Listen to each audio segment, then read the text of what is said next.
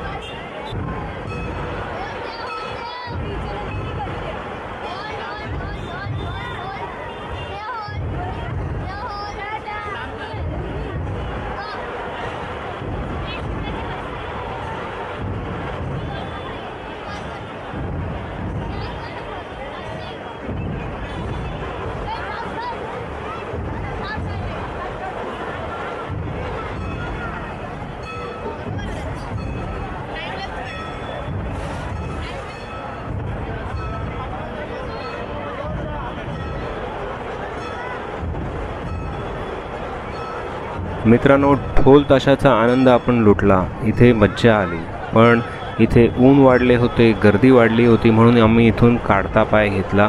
थेट आम्ही पोचलो खोताच्या वाडीमध्ये आणि खोताच्या वाडीमध्ये जो काही नजारा होता आणि दृश्य होता ते अतिशय सुंदर। असं मला वाटलं की गोव्याच्या मी स्ट्रीटवरती फिरत आहे आणि तिथे किंवा US मध्ये असे काही स्ट्रीट्स आहेत तिथे अशा प्रकारे असे फेस्टिवल साजरे केले जातात। तर असा एक मिनी फेस्टिवल मला तिथे बघायला मिळाला। तुम्हालाही आवडेल तो।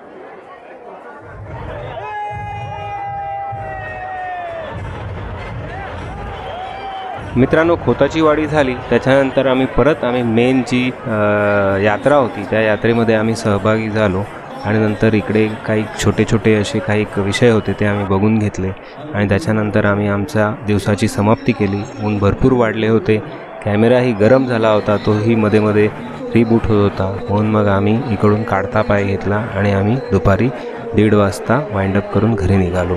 चला तर मग असेच काही छोटे मोठे प्रोग्राम आपल्या चॅनलवरती बघत राहा आणि सबस्क्राईब करत राहा आणि आमच्याबरोबर येऊ शकता. तुम्ही आमच्याबरोबर अशा काही प्रोग्राममध्ये सहभागी होऊ शकता. आमचा व्हॉट्सअप नंबर स्क्रीनवर दिलेला आहे. आमच्या ग्रुपला तुम्ही जॉईन करा, हीच आपल्याला विनंती आहे.